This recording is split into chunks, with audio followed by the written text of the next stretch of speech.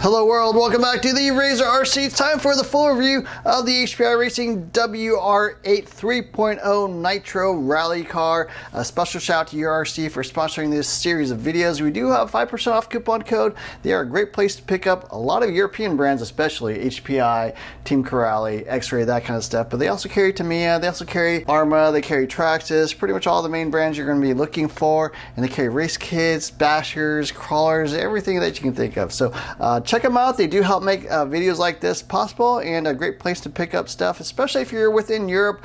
They do have pretty cheap shipping throughout Europe. They also have a UK site as well if you are in the UK, and that makes a lot of sense if you're not on the continent. So yeah, we're going to be taking a look at this. Obviously, it's got the Subaru, I think 2001 World Rally Championship livery, they would call it back over there. Very, very detailed, very, very scale looking, officially licensed. One of the best looking bodies I've ever had in an RC car. So that is certainly one of the highlights. And then here's the vehicle itself.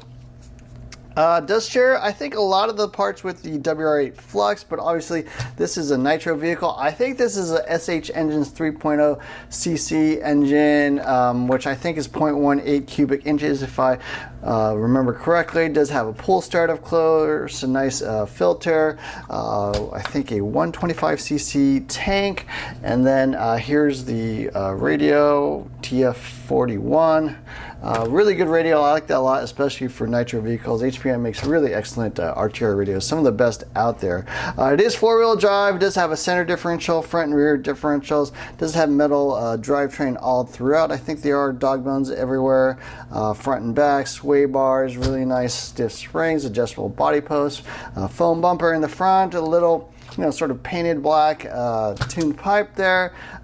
Servos and stuff work fine. I wouldn't say they're the fastest or whatever, but actually for an on-road vehicle, they actually work pretty well because you don't need a whole ton of torque on-road as compared to off-road with big off-road tires. This actually works pretty well. Pretty much based off the bullet, chassis that they use for the MT or the ST. I have one of those aluminum chassis.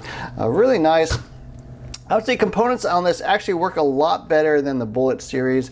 That's an off-road vehicle where you're doing jumps and stuff like that, but it works a lot better. I find it a lot more durable in an on-road vehicle. Now, is it on-road? Is it rally? It is based off basically an on-road platform, so I would say it's a little bit more on-road, but I did take it out there in the dirt. I think like a relatively flat, smooth surface, it actually works pretty well. Obviously, your car will get really dirty, but it actually drives pretty decently in all types of terrain. So great fun.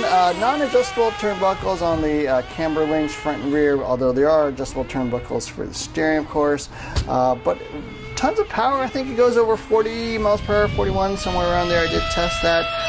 Drove well, quite stable, tons of fun. Looks really scale.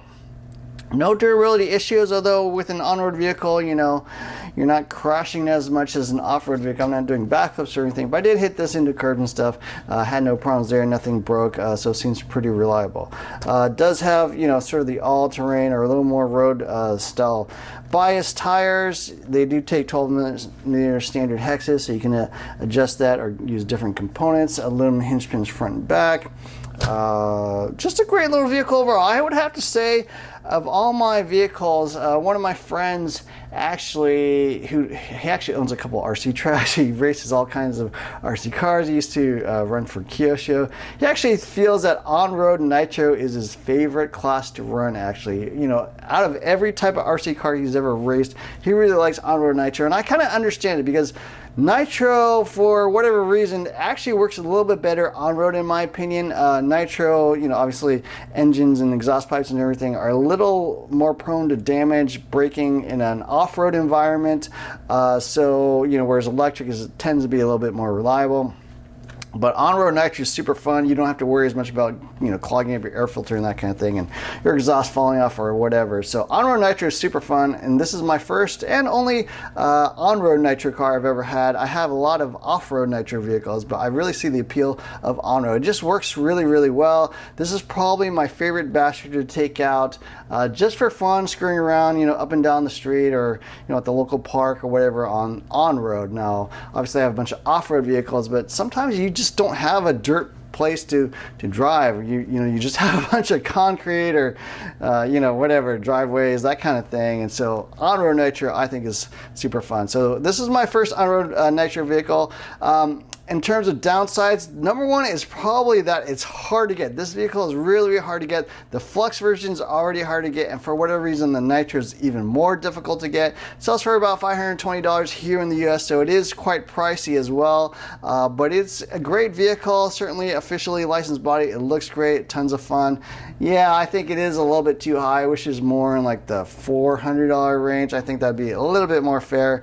Although they call it a 1/8 scale vehicle, it's really a stretched 1/10 scale. Like size wise, maybe it is 1 scale, I don't know, but it's based off the 1/10 platform, so I wouldn't exactly say it's 8 scale. But yeah, great little vehicle, had a lot of fun.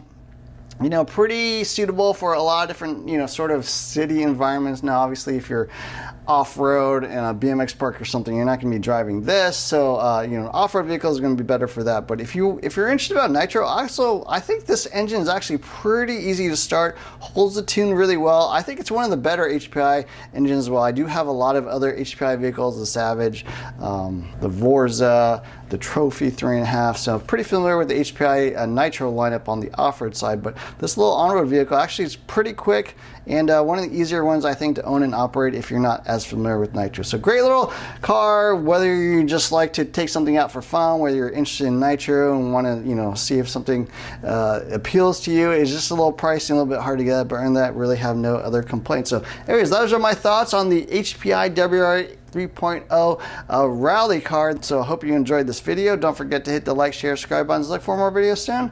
Thanks for watching.